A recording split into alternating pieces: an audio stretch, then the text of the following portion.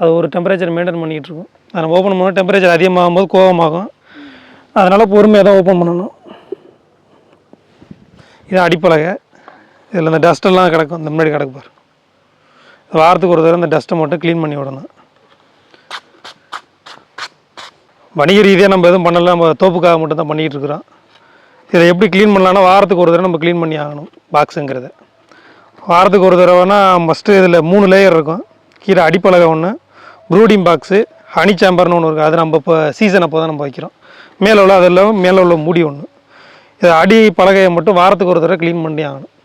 அதை க்ளீன் பண்ணுறது தான் இப்போ நம்ம பார்த்துக்கிட்டு இருக்கோம். அந்த நேரத்தில் நம்ம ஃப்ரெண்ட்ஸ் வந்தனால அவங்களுக்கு அதை காமிக்கிறோம். க்ளீன் பண்ணுறதுக்கு ஃபஸ்ட்டு ஓப்பன் பண்ணும்போது பார்த்தீங்கன்னா பின்னாடி தான் ஓப்பன் பண்ணணும். இதான் என்ட்ரன்ஸுங்கில் தான் போயிட்டு எல்லா ஈக்களும் போயிட்டு வந்துக்கிட்டு இருக்கோம். இது ஒரு 1.5 இன்ச்சு 2 இன்ச்சு வரும். அதுக்கு மேலே பெருசாக இருந்தாலும் அந்த பள்ளிகள் இதெல்லாம் உள்ளே போகிறது வாய்ப்பு இருக்குது. அதனால் அந்த சைஸ் மட்டும் தான் வச்சுருப்பாங்க. ஓப்பன் பண்ணும்போது பின்னாடி தான் ஓப்பன் பண்ணணும். இங்கிட்ட முன்னாடி ஓப்பன் பண்ணோன்னா நம்ம மேலே வந்து அடிக்கும். அதனால் பின்னாடி மட்டும்தான் ஓப்பன் பண்ணணும். க்ளீன் பண்ணிட்டு கொஞ்சம் வெளியில் வந்துட்டு அந்த அடியில் உள்ள டஸ்ட்டை மட்டும் க்ளீன் பண்ணிவிட்டு மறுபடியும் அதே இடத்துல வச்சிட வேண்டியதான். இப்போ அந்த பெட்டிக்கு இந்த பெட்டிக்கு ராணி தனி தான். இந்த பெட்டிலேருந்து அந்த பெட்டிக்கு போகாது. அப்படியே போனாலுமே அது விரட்டி அடிச்சிடும். அங்கே உள்ள ஈக்கள் வந்து விரட்டி அடிச்சிடும். திருப்பி ரிட்டன் இதுக்கு வந்து இதில் 3 தேனீகள் இருக்குது.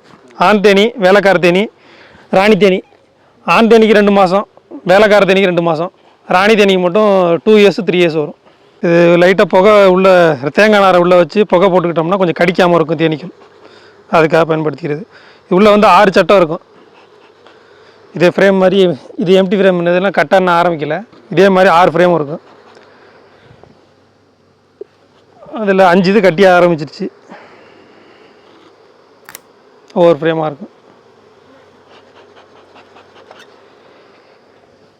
நல்ல ஹெல்த்தியான ஃப்ரேம்னா அப்படி இருக்கும். நல்ல வெள்ளை கலரில் பளிச்சுன்னு. இதில் வந்து சீல் பண்ணியிருக்கிற இடமெல்லாம் இதெல்லாம் ஒரு 15 நாள் ஆன முட்டைகள். அதெல்லாம் சீல் பண்ணியிருக்கிறதெல்லாம் மேலே வந்து தேன் வச்சுருக்கோம். ஒரு 1 இன்ச் அளவுக்கு. கீழே ஃபுல்லாக முட்டை தான்.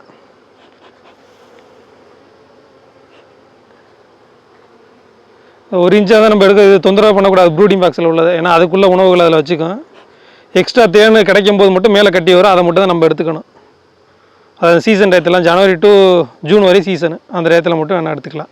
நாளைக்கு 500லேருந்து 1000 முட்டை விடும். இது சீல் பண்ணியிருக்கலாம். முட்டை இன்னும் ஒரு 4-5 நாளில் வெளியில் வந்துடும்.